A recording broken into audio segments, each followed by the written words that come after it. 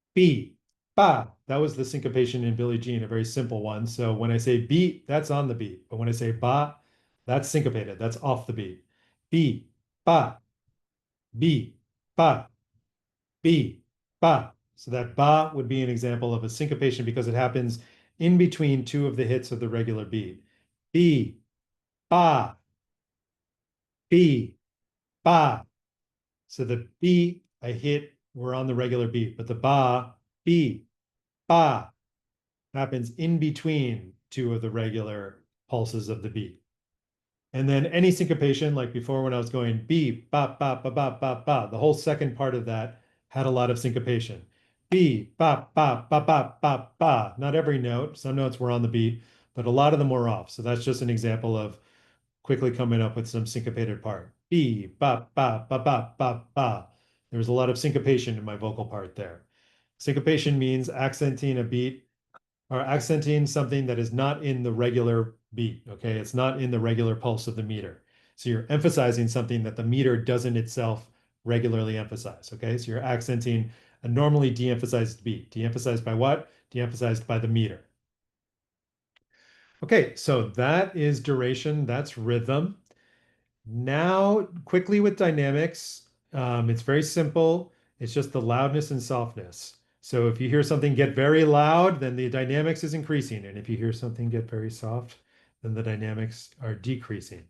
So a crescendo is the term for an increase. A decrescendo is the term for a decrease.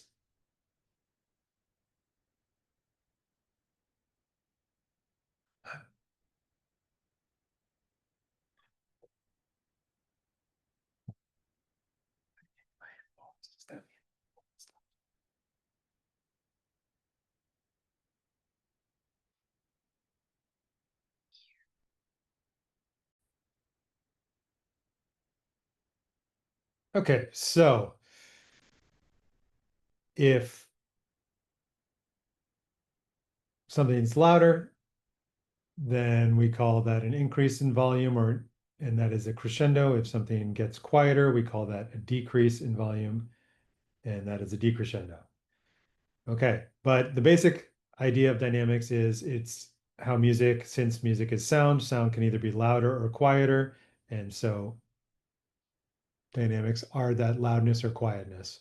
I don't think my virtual keyboard is an actual piano in that sense that it can get louder or softer, but I said in class that the piano is actually an abbreviated version of its original name, pianoforte, and piano and forte are the two Italian terms that are used in music for loud or soft. So the whole point of a piano is that if you hit the key quietly, it's quiet in sound, and if you hit the key softly, it's quiet sound wise, and if you hit the key hard, it is louder.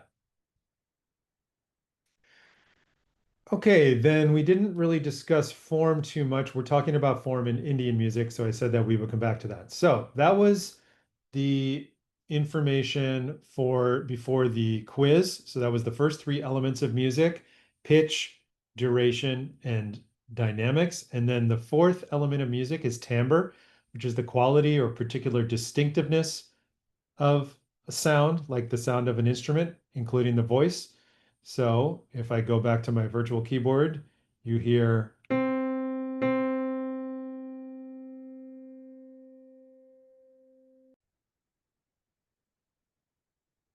you hear this,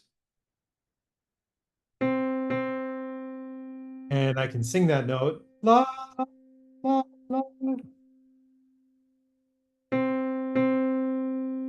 down one octave, la, la, la, la. So you can hear the difference between my voice and the sound of this online piano, and that difference is one of timbre. So timbre is the quality of a sound, why a sound sounds like a particular sound. Okay, so I also did mention that sounds have an attack, and then the sound sustains for a certain amount of time, and then it begins to decay. And different sounds have different amounts of time that they are sustained. They may have a sharper attack, like plucking an instrument has a sharper attack than bowing an instrument. We'll get to that. And then like if you pluck something that has a quicker decay than bowing, bowing sustains and the decay is slower. Okay, so we talked about that as well. Um, all right, didn't really go through the different aspects of vocal production, so we'll skip that. Then we did talk a lot about instrumental timbre. So I did mention that the study of musical instruments is organology, which is kind of a weird term because it's not about organs, it's about musical instruments. And then I said that specifically the classification system that we're learning is the Sachs-Hornbostel instrument classification system, just named after these two German musicologists, Kurt Sachs and Erich von Hornbostel. So that's the specific system we're learning. And then we'll get into the system. These are those four different instrument classifications that all end with a phone. And I went through these in detail. So I have some images to remind you. The first was aerophones, and aerophones produce their sound through the direct vibration of air, which usually in the ones that I showed you means blowing into it, though it could also be some complex mechanism like a bagpipe where something else blows into the instrument. Or I also said that a pipe organ includes an aerophone. So our three different types of aerophones. The first one here is flutes. So where a column of air is split on an edge. So I showed you two different examples of flute. The first example of a flute that I showed and that I had in class was the recorder, which is basically identical to the one that I have an image of here. And the key thing that creates the sound is this hole up here. So you can see in close up here that this is a triangular shaped edge. So it's like a wedge. And when you blow into up top here, then the air goes through and some of it splits off here and leaves the instrument, and then the rest goes down and it goes through. And then I lengthen or shorten the column of air by holding down a certain number of the holes. So this is the one that produces the sound. So that is the splitting on the edge, and that's the key thing that makes it a flute. Then here's our concert flute, and you'll see here's the mouthpiece here. This requires more technique because you have to position your lips in a particular way so that you can see the column, so that the column of air is controlled by your lips and it goes precisely over that edge. Similar thing, the more of these keys you hold down, the longer the column of air that's in the instrument, so the lower the pitch that you play. And those were flutes. That's our first type of aerophone. Then we get to reeds, where the air vibrates with a small piece of material, oftentimes a piece of wood. So in class, I showed you my crappy old clarinet. So here's an image of a clarinet. And then the close-up of the mouthpiece. So this part up here, this is what we're getting a close-up of now. You see that attached to the plastic mouthpiece, the black part, is this light piece of wood that's held on with this little clamp here, which is called a ligature. So this piece of wood is the reed, and these are called reed instruments. So that reed vibrates against the mouthpiece when you blow into it, and that creates the sound of the clarinet. And then the rest of this clarinet does the same thing as the flute. You hold down more of the keys, and then the column of air that's going through the instrument, in this case, all of the air goes through the instrument. Some of it doesn't split off like with the flute. So you're blowing into it and the reed is vibrating, creating the principal vibration. And then you alter the pitch by altering the column of air as it passes through the instrument with these different keys. Now, this is called a single reed because it's just one piece of wood. And then I showed you this oboe as well. Similar build with these keys. And then you see up here is the double reed, which is two pieces of wood, and you just put the whole reed, double reed into your mouth. There is no mouthpiece, it's just the reeds. And then this is a close-up on those double reeds. It's two pieces of wood, smaller than the clarinet reed, wrapped together. So those are our two examples of reed instruments. So that's the second type of aerophone. Air vibrates with a small piece of material like a piece of cane or bamboo, a little piece of wood. So those are reeds. Then our third aerophone are trumpets. So trumpets, here is an image of the trumpet, the Western instrument. And then the trumpet has a special mouthpiece.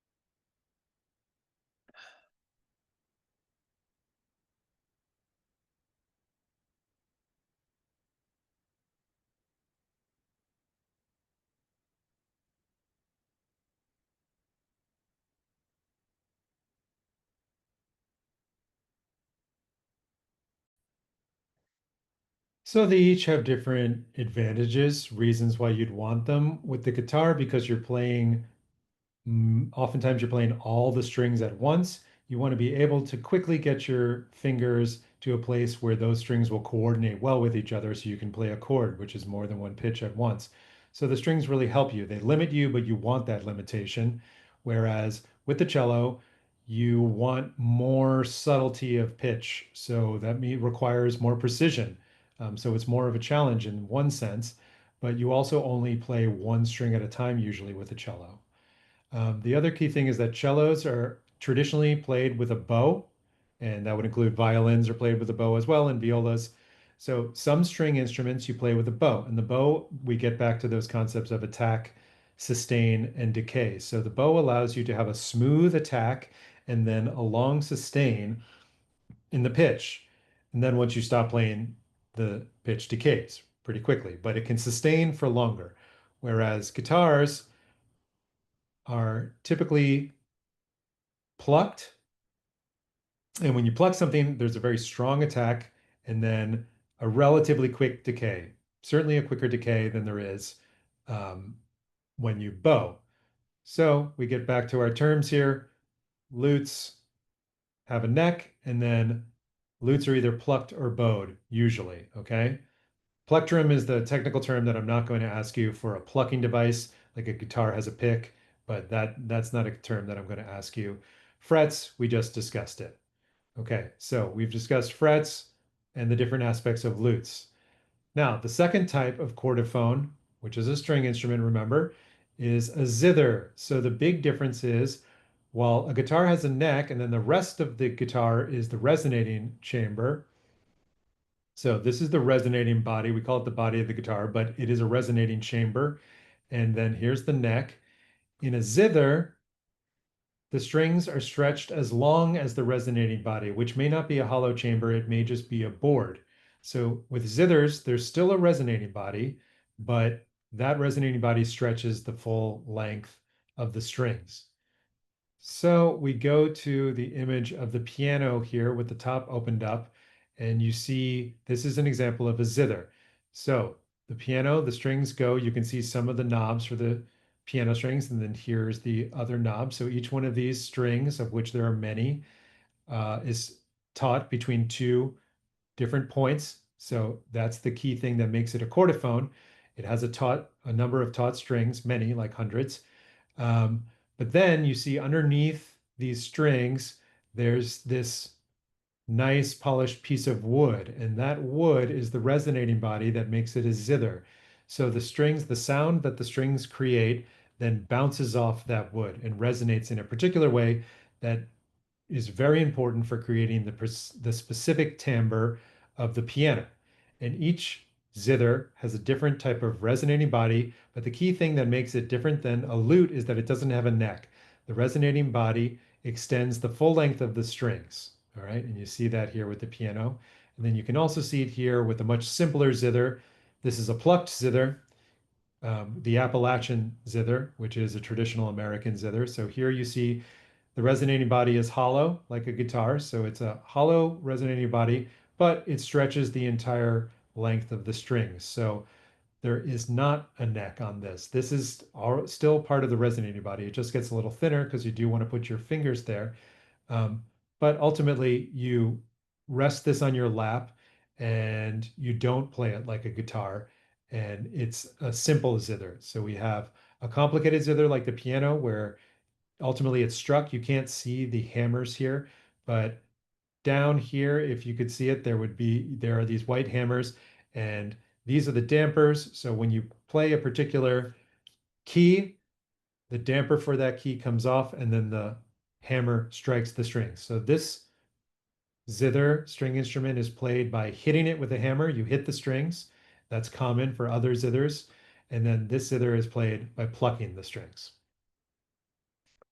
Um, so that is common for zithers, that they're played either by hitting them or plucking them. All right, so that's two of our types of chordophones, lutes and zithers. The key thing now in relation to them and the next final type of chordophone is that both lutes and zithers have a resonating body or a resonating chamber, It's just that with lutes, the strings extend beyond the resonating body and they have that neck, whereas with zithers, the resonating body extends the entire length of the strings, but both have a resonating body. The third type of chordophones, which I spent a lot less time on, is the harp. Lyres is a type of similar to a harp. You don't have to worry about the term lyres. But a harp is the third image that I showed. I didn't have an example in class, but it just has a frame. It doesn't have a resonating body. Okay. So here is our harp. And you can see if I go on it, it'll get dark, but you can see here, then I'll move off of it. Here's where the strings are, and you can see right through to the other musicians. So no resonating body, just strings stretched, and then here's this frame. All right, so that's the distinguishing thing about a harp. It's just a frame holding the strings. There is not a resonating body. And those were our three types of chordophones, lutes, zithers, and harps.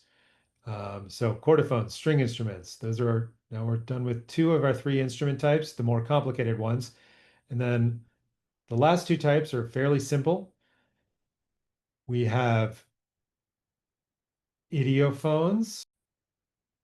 So idiophones are the one of these ophones words that it's not so obvious what it means.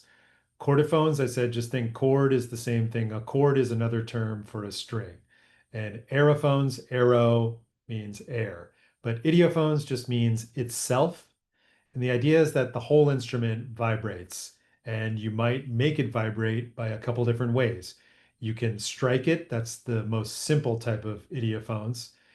Or you could shake it, and there are idiophones designed to shake, like maracas and rattles, or you would pluck it. And we had a special example for the plucked idiophone. So a struck idiophone, where you just strike it with something, you hit it with something.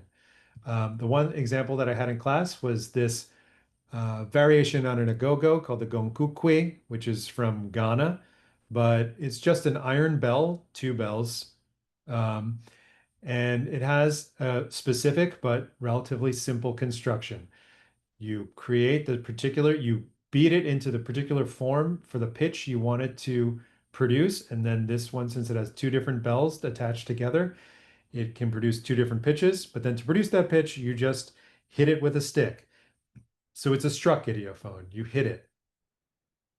This is also a struck idiophone. This is the type of cymbal that would be in a drum set. There are other marching band cymbals that you would hold, but this one has a stand. So this is a stand. And then this is the instrument, also a metal idiophone shaped in a particular way, and you hit it, you strike it. But when you hit it this time, it doesn't produce a particular pitch because the way this one is shaped, it creates many frequencies vibrating all at once. So it creates more of a crash sound. So some idiophones, like the bell, may produce a particular pitch or two different pitches. And this one produces a crash with many different frequencies colliding with each other. So you don't hear a specific pitch, you just hear this big crash sound. But they're both struck idiophones. It itself vibrates. This is a whole big piece of metal, and the whole metal vibrates. And here, one piece of metal, disc shaped, and it vibrates. So those are struck idiophones. Then here is our example of a shaken idiophone, the maraca.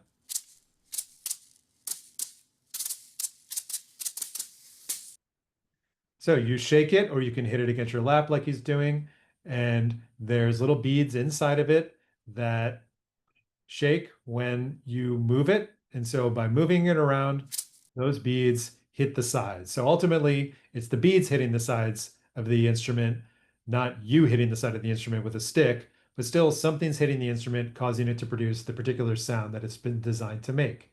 So a shaken idiophone, there's some matter in there that hits it, these beads, when you shake it. And then finally, idiophones could be plucked. That's a more complicated construction, like this African thumb piano known as an mbira from Zimbabwe, Southern Africa. And I played this in class as well.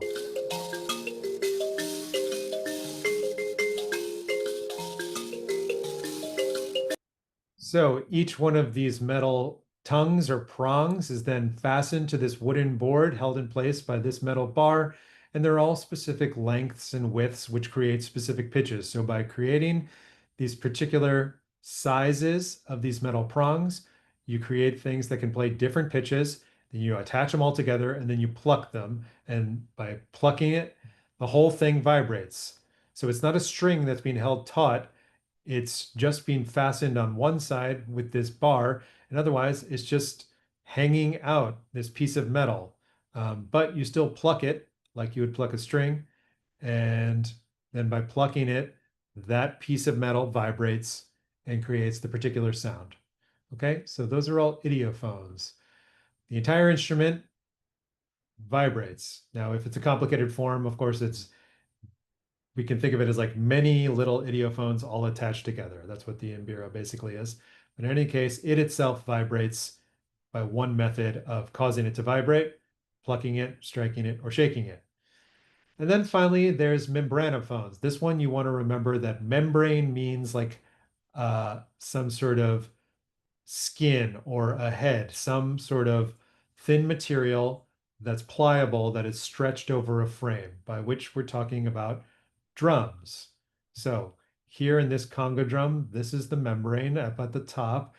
It's some sort of synthetic animal skin-like texture, but it's synthetic in this case. And that is stretched over this wooden frame. It's held in place with this metal brace, and then that brace is held by these um, hooks that are held onto the side of the drum here. And then this is the body of the drum, which is the frame. So it's the membrane that creates the initial vibration. That's where you hit it. And if you hit the side of it, then you're playing it like an idiophone. In order for it to be a membranophone, you hit it up at the top where the drum head or the drum skin is. And that creates a specific vibration. You could hit it in different ways. You could hit it right in the center. You could hit it close to the rim. That would create different pitches by altering the way that the membrane is vibrating, but it's the membrane that vibrates. And then this frame alters the pitch and sound of that vibration. Its size and its dimensions cause a lower pitch in this case, because it's a long column of air that's underneath this membrane. If it was a very thin frame to the drum, like my tambourine, then it would have a higher pitch. Okay, so those are our examples of different instrument types. Those are membranophones. Remember, membrane meaning like a drum skin. So membranophones are drums. And with that, we come to the end of our musical terms. So that's the first unit. All of those instrument types fall under the category of timbre, which is the quality or particular distinctive quality of a sound or the color of a sound. And then we went through all of them. We went through timbre, we went through pitch, we went through duration, which includes rhythm and meter, and we went through dynamics. So that's unit one, and that's one core aspect of the test. And next, we're going to talk about the only world music culture we've done so far, which is Indian music. So we'll start that in a second. Okay, so now for unit two in the modules under Brightspace, you can find these lecture notes in Unit 2, and you also find a lot of text PDFs. You find two PDFs, and you find a bunch of recordings. Okay, so I'll also show especially this PDF, but first we'll start with the notes. So North Indian music is known as Hindustani music. And as I said, so I gave you a brief cultural introduction, and so here we have South Asia, the main country of which is India, but South Asia also includes Pakistan and Bangladesh and Sri Lanka, and then certain parts of Nepal we could also include in South Asia. And then there's some important cultural connections from Central Asia up here, because the thing that distinguishes North Indian culture historically is that roughly this part of India, which is North India, was conquered by groups from Central Asia up here, Turkic speaking, meaning they spoke languages similar to modern Turkish, migrated down and conquered North India, and that was the Mughal Empire. So the Mughal Empire was they controlled the courts, the Islamic courts. It was an Islamic empire, even though the majority of India is Hindu. Um, The Mughal Empire were Islamic courts that controlled the courts that the musicians of Indian classical music performed in. So I said that North Indian classical music is a classical music because you have these professional musicians who train for many years in order to be able to play this highly skilled music. And that sort of training required patronage and sponsorship because they had to do that for many hours a day instead of farming in the fields that in a folk tradition, people would play music in their spare time. It's not their primary economic activity. Whereas in classical music, the musicians are professional, meaning that they are spending the majority of their time making music. And so that requires someone to be willing to pay you to make the music. And in North India, that was a patronage system from the courts, the various Mughal sultans, which is more or less kings, had courts and then sponsored musicians who trained at the courts in the relation to these schools where knowledge was passed down from one generation to another. And then another key aspect about this more developed classical system is that there were also theorists, scholars, people who came up with the ideas of the music and then wrote books about them. And so those were also passed down. So there's a whole body of knowledge in relation to Indian music.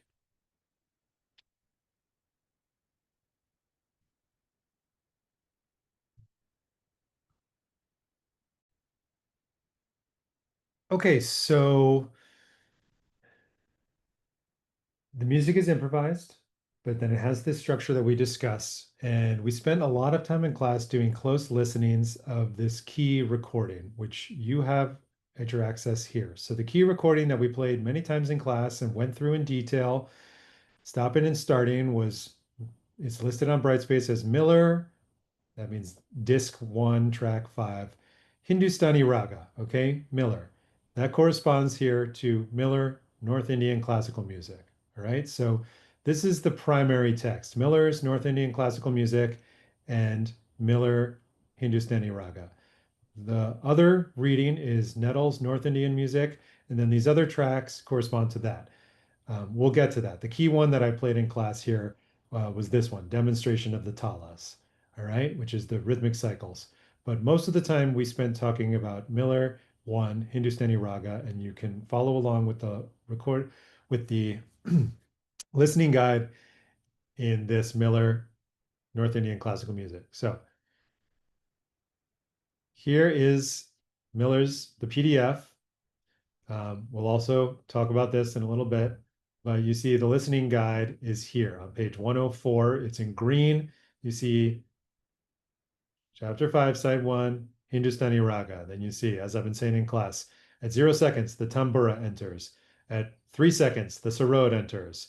At 2 minutes, we get to the gat. So I'm not going to go through all this now in this lecture. We talked about it in class, but you should just go to the PDF, Miller Hindustani Raga, go to page 104 and find this listening guide, and then go and listen to the recording. And I'm going to play it on my computer rather than there. So I suggest you do that. Here's the recording.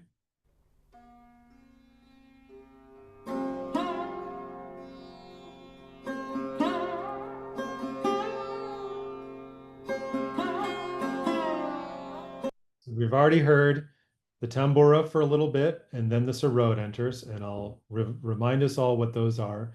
Um, but you hear the recording. So I'll go through the instruments first. What are we hearing? Well, first we're actually hearing this instrument. This is the tambura. So in that first 3 seconds, we hear the tambura. That's the tambura. The tambura is a lute. It has no frets. It has 4 strings, and all you do is play each string one after the other like this.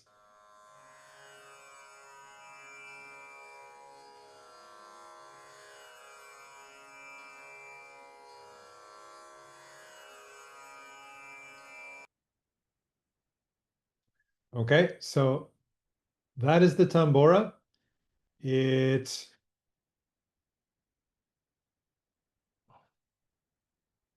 It's just creating the drone. It's just a drone instrument. So by plucking those four strings one after the other, you don't do it in a particular rhythm. You just kind of keep it going, and it creates this ambiance of drone. So that's what you hear at the very beginning of the track.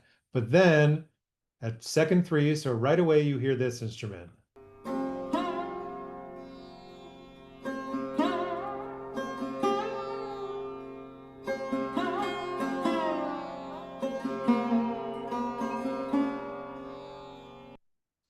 That is the sarod, which is this instrument.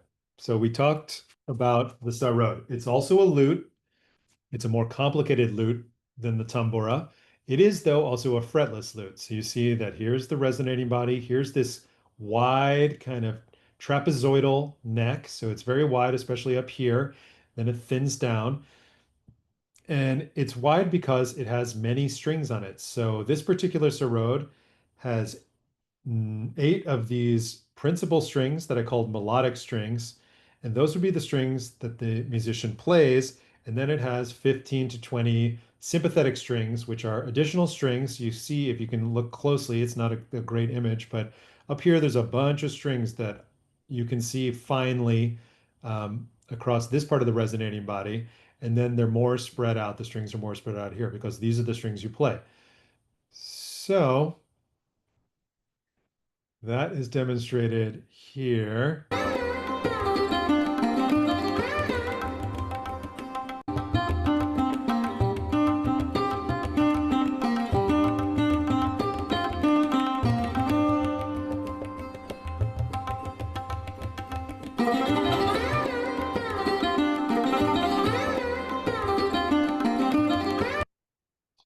Okay, so you can see that those strings at the bottom where you would wrap your hand around the neck of the lute, those strings are the melodic strings, and then the other strings are the sympathetic strings.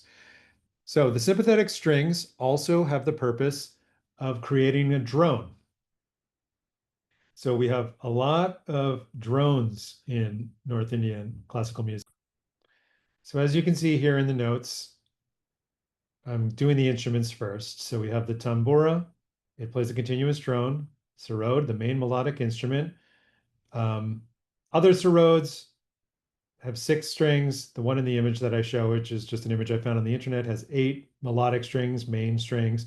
And then, as I said, the sympathetic strings. The sympathetic strings contribute to the drone. And then that the first section of our track is only those two instruments. So this goes on for a while.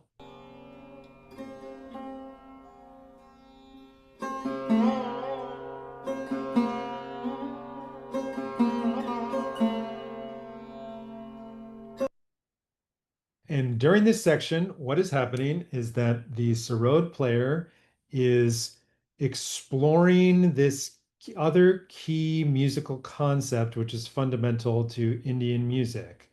And that is the concept of the raga or the rag. So the raga is a scale, but it's a more complicated scale than just an ordered collection of notes. It's also stronger and weaker notes. It's notes that you would do that little oscillation, that little wobble on. Some notes you go bow, bow, bow. There would be some notes that you perhaps skip when you're going ascending up the scale of the raga, whereas you would play them when you descend. So it's a whole set of instructions. And I said here that the key word is a raga is an example of this, a mode, which is a set of rules and customary procedures with which you would improvise. So the mode is the composition toolkit. It's the set of guidelines and tools and elements like a scale that you would then use to make music. So the raga is our first example of a mode. So in this first section, if we go back to Miller's guide here, for about 2 minutes, the sarod explores this raga. And this section is in a free rhythm, okay? It's not in a meter. There's no underlying pulse. It's just this loose flowing exploration of the raga, the scale, and the different ways that you play the scale. That section is called the alap, okay? ALAP. So in this section where you're exploring the raga in a free rhythm, that is called the alap. In a longer alap, there would be subdivisions of the alap. There would be like this pulse that starts, but we don't get to a meter. It's just this sort of more pulse and it builds in pace. So alaps can develop, but they don't develop with a specific meter. It's the lute instrument. There's no drums, the two lutes, and the primary lute, in this case, the sarod, is exploring the raga. Okay, then we get I'll play for about 15 seconds before we get to the next section. So we talked about this change a lot. This is the section shift coming up.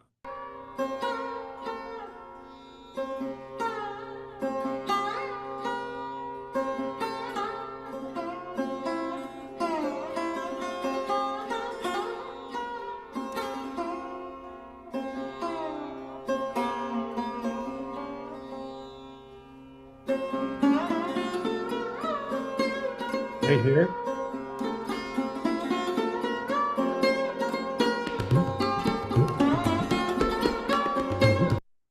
Okay, so we get to that big section shift, which as you can see in the Miller guide, that's at 2 minutes and 10 seconds is when it starts.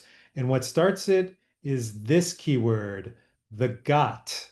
So if we get back to my notes, we see that the skeletal melody used for the basis of improvisation in the second section is called the got. So in this case, it's that boom, boom, boom, boom, boom, boom, boom, boom, boom, boom.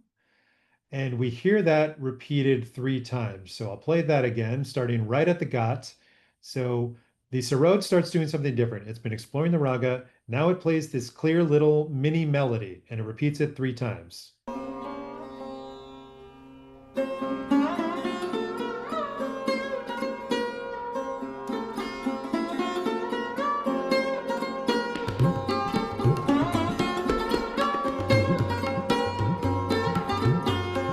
Then it does something different, but it repeats it 3 times. On the third time is when the drums come in. So we already have a meter, and the meter is a part of that got. So the melody, and the first time you hear it, then you hear it 3 times. That's the clear shift to the next section. And the second section of the rag, the performance, is called the got.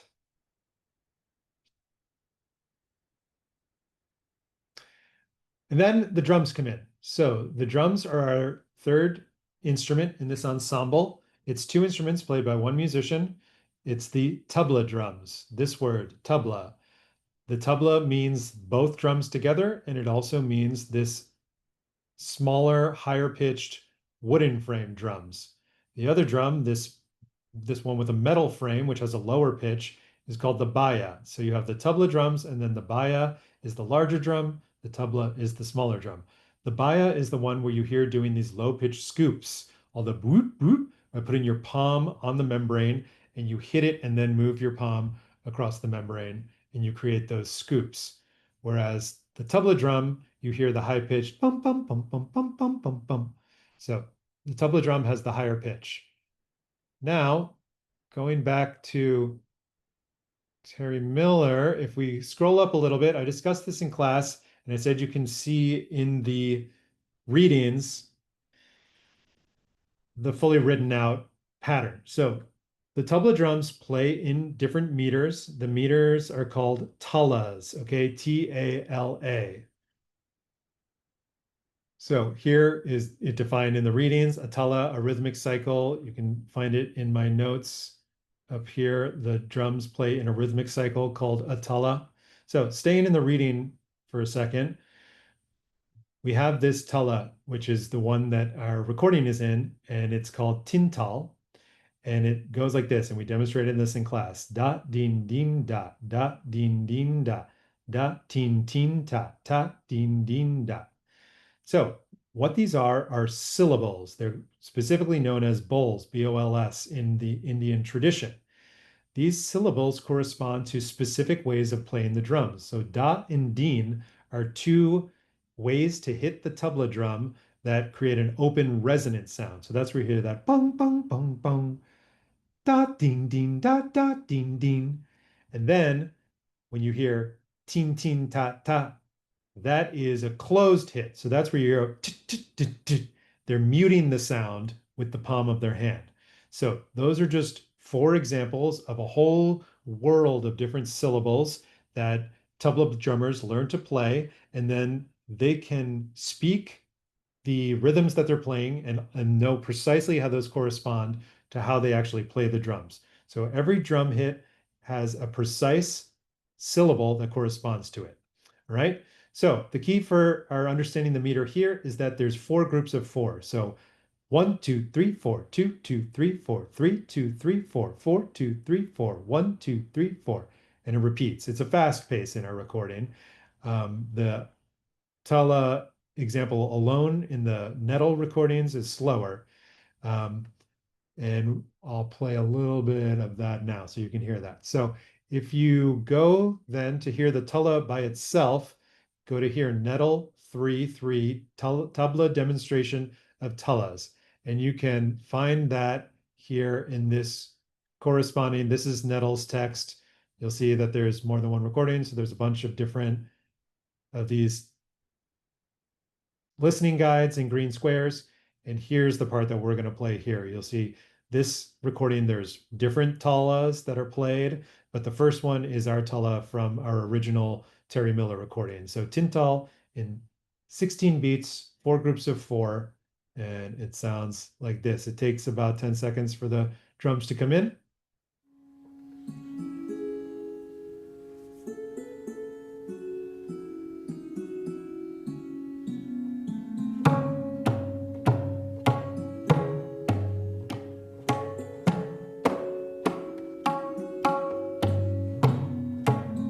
So you heard they're a complete Tintal cycle. Da, din, din, da, da, din, din, da, da, tin, tin, ta, ta, din, din, da, and then it repeats. Da, din, din.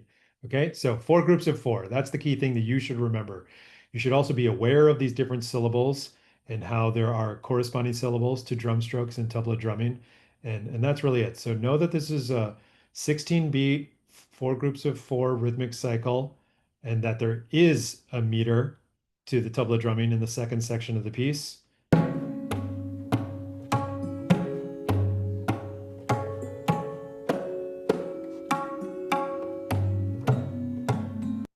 Okay, so there's the tala cycle.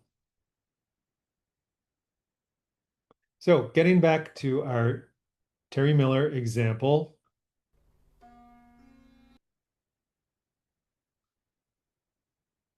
here, if you listen to it, it's that got comes back every once in a while, the melody, and that's the organizing structure for this second section, which lasts about 2 minutes and 30 seconds. And the got corresponds to this meter, which is the tala. And the tala is in this 4 x 4 16 beat cycle. So we'll play just a little of that to refresh your memory, and then you should go and listen to the track.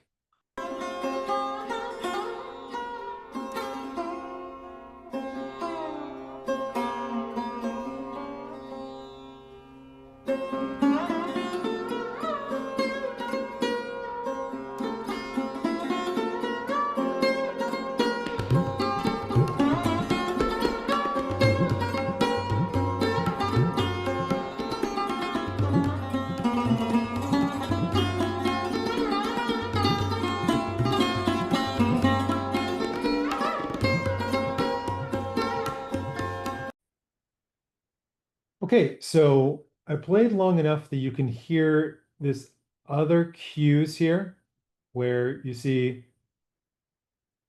the melodic hook is repeated again, then it says the tabla enters, and I played through yet another example of that melodic hook, which is the got. Um, and yep, so you could follow through and hear the different other cues that are presented in this listening guide. So that's basically our terms for North Indian Hindustani music. Um, the other thing to be aware is the rag. You don't have to know this term rasa. I didn't mention that in class, but I did mention how the rag has a lot of, or the raga has a lot of emotional connotations as well. So it's they correspond to times of day, and they also correspond to emotional states. So those are all parts of the raga too. So that's why it's a more complicated thing. It's a musical toolkit, and then it's also this sort of emotional, cultural set of connotations. All right. So rags are very important. They're the fundamental organizing principle of the Indian music, which is improvised within that rag structure. And then the talas are also the metric structure that then the drummer improvises within. Then I showed various videos, which I'm uploading the links to so you can watch those. But as for other things mentioned on my lecture notes, um, you don't need to know them. So this whole pitches are expressed in a solfege. I didn't go into the details of that in class, so you don't need to know that. And then if there are other things here that I haven't mentioned, though I think I mentioned most of them, so I'm just double checking. We did talk about Hindustani music. If you're in the Monday, Thursday section, we're about to talk about Carnatic music. We did talk about how the music is improvised. We did talk about North India and the Muslim sultans. And we did discuss the track and we talked about raga and mode. So far, all this is in it. We talked about this aspect of the raga, that there are stronger and weaker notes, but we did not talk about the solfege, so that's not in it. We did not talk about the Indian tuning system having 22 pitches. So this section here is not going to be tested. And then the next comes the instruments, which I went over. We did talk about the tambura, the sarod. We did talk about the sections of the raga, the alap. And the second section, the gat. We did talk about the drums entering. We did talk about the different types of drums and the syllables, which are called the bowls. We did talk about how the rhythmic pattern is the tala. And we did talk about the basic skeletal melody, which also gives its name to the second section and which is repeated, known as the melodic hook in Terry Miller's listening guide. This is the got. This is a very important term, right? So everything else was really covered, just not that stuff on solfege. So for those of you in the Monday, Wednesday, 7 p.m. section of the class, this is the end of your review for your midterm. We did not go into South Indian music, and that will not be on your midterm. So you can stop listening or stop watching now. This is the end of your section. For those of you in the Monday, Thursday section, we did talk about South Indian music. So you will continue on. So once again, Monday, Wednesday, 7 p.m., you are done. That's the end of your review. Monday, Thursday, 1 p.m., we continue on to South Indian music. So moving on to South Indian music. There's not much information I gave you about it. We just covered it in about 20 minutes in class. I will play a little bit of the audio so you can hear that again, but there are some important similarities and then some key differences. So first of all, South Indian culture is called Carnatic culture. So Carnatic means South Indian, whereas Hindustani means North Indian. All right. South Indian, South India, which is down here, was not conquered by the Mughal Empire. So that's the main reason why there's a significant cultural difference. Because for hundreds of years, they were a different state ruled by a different governmental system. They were not part of the Mughal Empire. They were not conquered by Islamic sultans. The Muslim minority in India is mostly in North India. So this is also far fewer Islamic influence, generally speaking. So what are the main features of the music that are different? The biggest feature is that instead of just improvising to a raga structure like happens in North Indian music, in South Indian music, there are these composed songs called kritis. So this is one of the key words that I talked about that you should know. A kriti is a religious song. It is a song that has been composed by a songwriter, by a composer. And the classic era and the classic composer for our examples is this Tyaga Raja, who lived in the 17th and the 18th and 19th century, which is the 1700s to the mid 1800s. So he was a contemporary of Beethoven. He lived a little later than Beethoven, but um, he overlapped with Beethoven. So we're talking about songs that go back a few centuries. And the kriti are then, there is an improvisational structure, kind of similar to in North Indian music, but the improvisation happens around this kriti. The other big difference is that it's a vocals genre. So as you could guess from the fact that it's a song, these are sung. So singing is a very dominant form of the main melodic instrument in Carnatic music is oftentimes sung. So our examples have sung, are sung, but also there's still, as far as some similarities between Hindustani music, there's still an opening section where the singer explores the raga, and that has a slightly different name that I'm not going to ask you. It's called the alapana, which sounds similar to alap. The beginning of the word is the same, alap, but then it is a longer word, alapana. The drums still play in talas, and it's a different drum, though related. It's this drum, the mridangam. So as you can see, the head of the drum looks like one of the tabla drums. And then on the other side, which you can't see, it's a two-headed drum, and they both heads have a drum skin. So it has two drum membranes that you play, and both have those dark circles for the specific pitch, like you get with the tabla drums. So there are some similarities in the construction, but it's one drum with two heads rather than two drums each with one head. We'll get to that. This is an image of the main typical ensemble. Here you see the mridangam, here you see a singer, here you see the tambura, similar, a small drum that I'm not going to ask you about. So let's listen to a little of it, and we'll just, okay.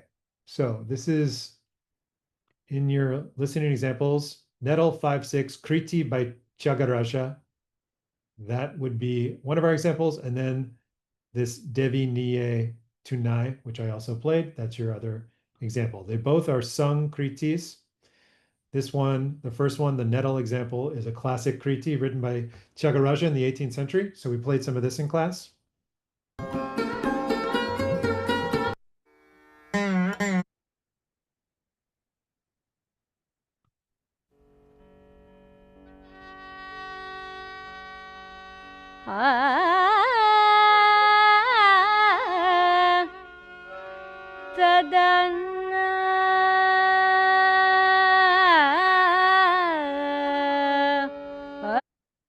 So that is the beginning where it's the alapana, similar to the alap. But again, I'm not asking you to know the term alapana, but you should know that there's an opening section similar to in Hindustani music where that singer is exploring the features of the raga. So that's very similar. It's improvised, it's in free rhythm, and explores the different scale pitches. So we haven't yet gotten to the structure, which is the kriti, the song itself, but we're going to get to it soon. But we hear this other instrument. We hear the violin, and we said that the violin, the Western instrument, is very useful in South Indian music since it's a vocal genre. The violin complements the voice very well because it has no frets, so it can play any subtle pitch. So it can imitate the voice very well. So the violin you hear following the voice and imitating it and kind of doubling it, not playing exactly what the voice does, but sometimes playing exactly what it does, and otherwise playing something similar. So the violin kind of follows and shadows the voice throughout. And that's the other crucial instrument in a typical Carnatic ensemble. And it's the instrument in this track. We don't hear a violin in the second track. So we have a tambura creating some drone. We have the mridangam for the drums that will come in later. We have a singer, which is new, singing in this introductory section, exploring the rag, just like the sarod player did in the Hindustani example. And then we have a violin player shadowing that singer. So that's what we're hearing now. And we're about to get to the metered section.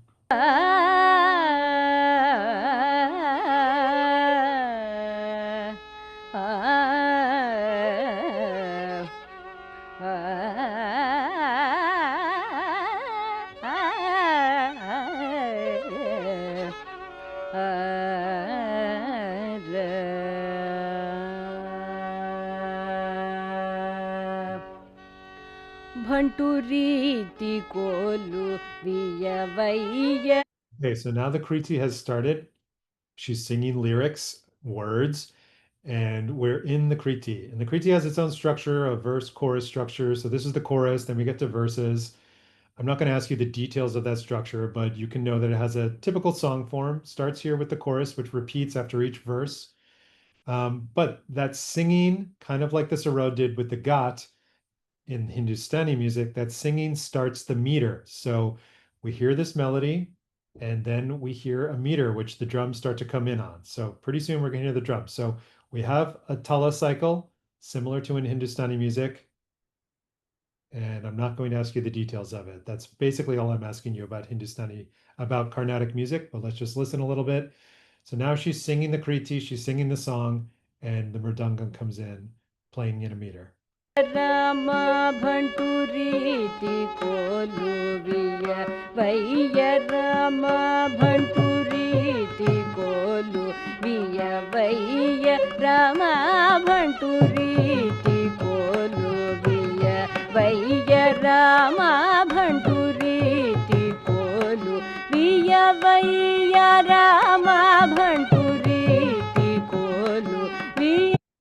Okay, so we're in the next section, which has a meter, and she's singing the Kriti. So, like with Hindustani music, Carnatic music has this opening section without a meter where you're exploring the raga. In this case, though, it's with a vocalist exploring the raga. Then we get to a second section that has more of a structure. In this case, not just a skeletal melody, the ghat, but a full melody from a composed song with verses and choruses. The singer sings that, the violin continues to shadow the singer. In this case, the violinist knows in this section what the singer is going to sing because this is pre-composed. This isn't something the singer is improvising. So the violinist can basically play right along, which you notice. So that's one difference. In the first section, the violinist has to wait and see what the singer does and then follow along. Here, the violinist can play right along because they know this song. It's a almost 300-year-old song. वैया राम भंटुरीति कोलुविया वैया. Okay, and we have the mridangam playing in a tala, and those are the core features. There's how you position the violin playing in Carnatic music. You can see that the violin kind of goes out straight forward. You sit down, the violin's in front of you, so it's a different position than Westerners play the violin in symphonies or in string quartets. And finally, just to jog your memory, you can also look at Devi Niye Tunai is the other song I played. This is a 20th century Kriti, so it's not one of the classical Kritis by Tyagaraja or one of the classical composers. This was composed in the 20th century, so it's a modern Kriti. I really like it, which is why I wanted to play it in class. And there is no violin, and there's an electric tambura playing. So it's a singer with electric tambura.